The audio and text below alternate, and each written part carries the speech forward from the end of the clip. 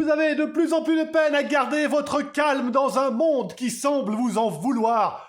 Personnellement, nous aussi, bienvenue sur Aimons l'Info, votre bureau pourrait bien mourir du Covid.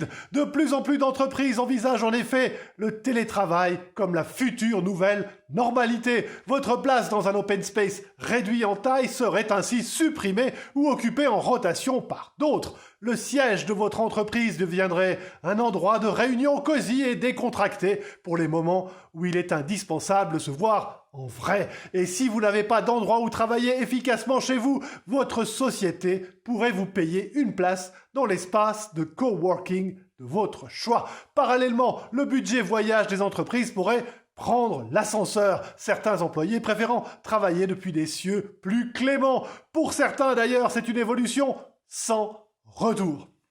Et dans ce monde qui bouge à toute vitesse, il est donc plus que jamais essentiel de garder son self-control. C'est une question de survie bien sûr, mais aussi l'assurance d'une vieillesse longue et en bonne santé. En effet, selon une étude néo-zélandaise étendue sur 40 ans, une meilleure maîtrise de soi dans l'enfance promet un vieillissement plus lent du corps et du cerveau. La zen attitude, pas mieux.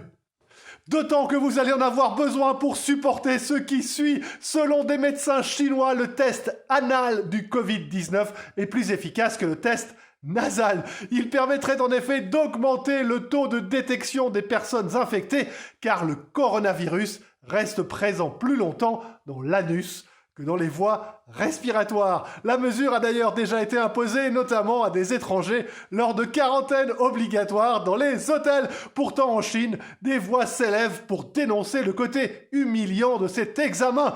Humiliant. On se demande où ils vont chercher ça. Allez, prenez bien soin de vous.